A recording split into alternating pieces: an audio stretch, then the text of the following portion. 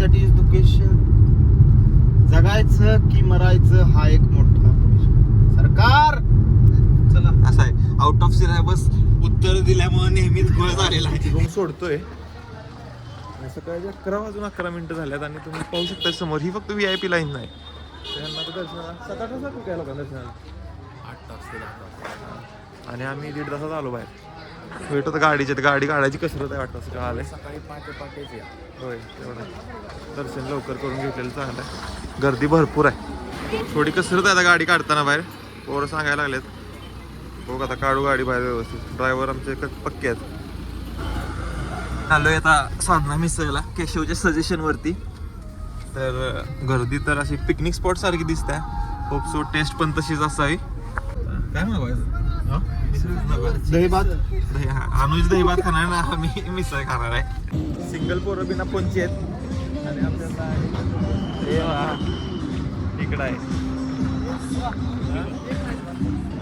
ह्याला पण आलं, ह्याचं पण काय होतंय वाटतं लवकरच. आम्ही आपलं हे जर काही लग्न झालंय आणि ह्याला तुम्ही काल बघितलं, ह्याला मी एकटं जायचं लग्न आहे ह्याचं आणि ह्याचं काल बघितलं म्हणजे मी एकटाच आहे ना इथं. असं पाहिजे बघा, एकटा बॅचलर आलोय या सगळ्या सिंगल. हे आमचं आजचं लंच आहे, मिसळ ॲट साधनाज मिसळ. काय होतंय? नाशिकमध्ये मिसळ खाऊन झाल्यावर नवशा गणपती मंदिरला आम्ही आलोय आणि इथं दर्शन करू. गर्दी आहे भरपूर.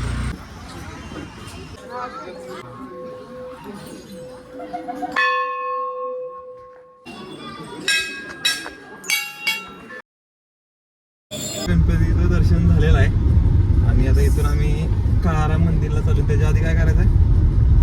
पंक्चर गाडीचा आहे का चेक करायचं आहे जरा. म्हणजे पंक्चर आहेच आहे हा, ते मोठं खेळापासून ते चेक करायचं विथ वॉशर आणि मग काळाराम मंदिराला भेटू तुम्हाला. खेळा बघ, हे एवढा होता बघा आतमध्ये.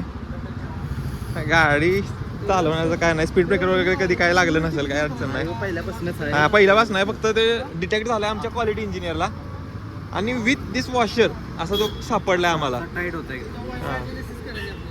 तर झालाय पंक्चर काढून. आता नेक्स्ट स्टॉप आमचा काळाराम मंदिरला आहे. काळाराम मंदिराच्या परिसरात पोहोचलेलं आहे आता आणि त्यांनी सांगितलं की CMची सभा आहे 5-6 वाजता.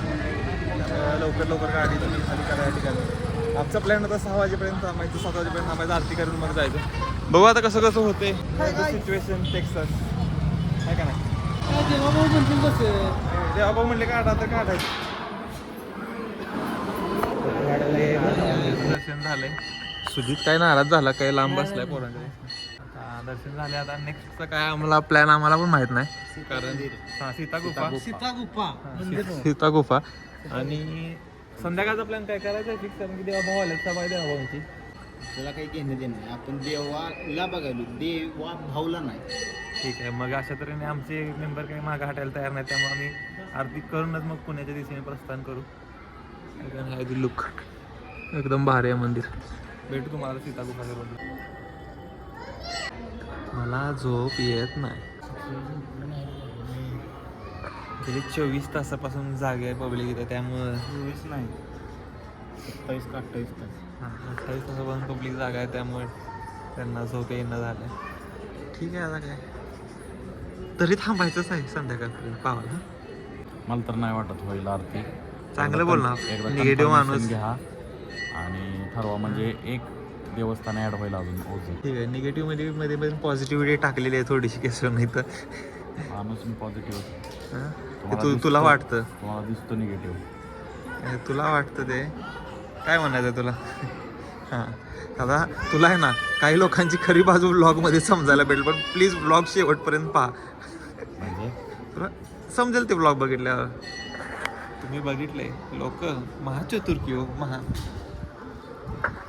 ठीक आहे, चला भेटूया सीता गुफाच्या रोडला ह्यावेळी नक्की. काळाराम मंदिरचं दर्शन झाल्यावर सीता गुफाच्या दर्शनाला गेलो, पण खूपच लाईन होती. अनिकेत गेला पण नसता गेलं नाही. आणि आता हे बघा इकडं सगळी लाईन मोकळी ऑलमोस्ट, कारण की देवेंद्र फडणवीस साहेबांची सभा चालू आहे इथं घाटावरती, आणि त्यामुळे यांनी आता रोड बंद करायचं झाले. गाड्या काय जाऊन देत नाहीत आणि आम्हाला आत्ताच माहिती मिळाली की आरती होणार आहे संध्याकाळची, त्यामुळे आम्ही प्लॅन आता एक्सटेंड केला आमचा. आणि मी आता घाटावर थांबतोय. आणि आता आम्ही 2.5 तास घाटावर बसलो. टाइमपास करणार. झोपणारच सगळे. काय टाइमपास नाही, झोपले. सावली आहे का? 30 तास झाले झोपले नाही ना, सगळे झोपणार. पुन्हा थोडा प्लॅनमध्ये चेंज झाला आता. अनुजनं जरा आग्रह सोडलाय त्याचा. आणि आता अनुजच सांगेल काय प्लॅन आहे. आम्ही निघालो ओझरला, गणपतीला.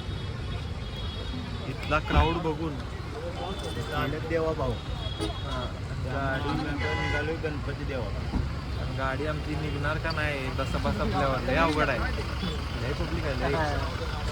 त्यामुळे आता आम्ही प्लॅन चेंज केला. आता भेटू तुम्हाला ओझरच्या रोडवरती. आणि हा त्याच्या आधी आम्हाला चिराग बिर्याणीमध्ये व्हेज बिर्याणी खायची आहे. ती आणायला जाईल मी तेव्हा दाखवतो तुम्हाला.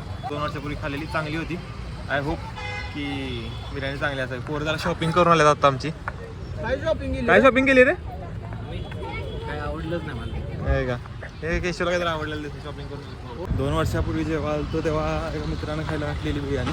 त्याला आम्ही बोललो फक्त इकडे आलो शोधत. हेच ते ठिकाण जे शोधत आलोय. खूप वेळ झाला.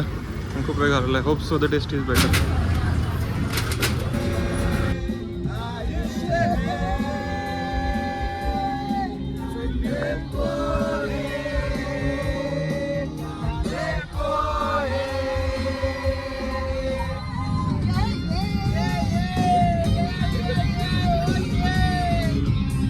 येऊ दे बास झालं आता. बास की बास. इथं थांबलोय आता रोडच्या मध्ये. कारण आम्हाला खायचं सनसेटच्या अनुभवासोबत, सनसेट एक्सपिरियन्स सोबत आता मस्तपैकी नाश्ता करतो.